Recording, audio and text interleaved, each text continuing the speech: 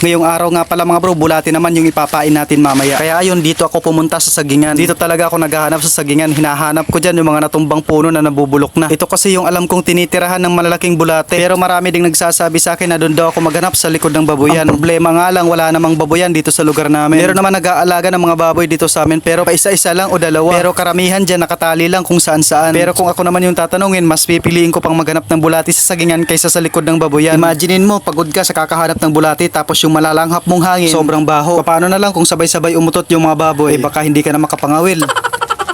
At shoutout nga pala dun sa hindi naniniwala na marami akong nakukuhang bulati dito sa sagingan. Kasi naniniwala siya na sa likod ng baboyan lang meron makukuhang ganitong klaseng mga bulate. Bali yung kinukuha lang natin mga bro, isang klaseng bulati lang. Na hanggang ngayon hindi ko pa alam talaga kung ano talaga yung saktong pangalan nila. Basta yung alam ko, bulati sila. Pero yung tawag namin dito talaga manlalagsing. Pero marami naman nagko-comment sa atin ng iba't ibang pangalan patungkol sa bulating to. Ayun mga bro, medyo nakarami na tayo. Abangan nyo na lang to bukas ng umaga mga bro kung makakahuli ba tayo.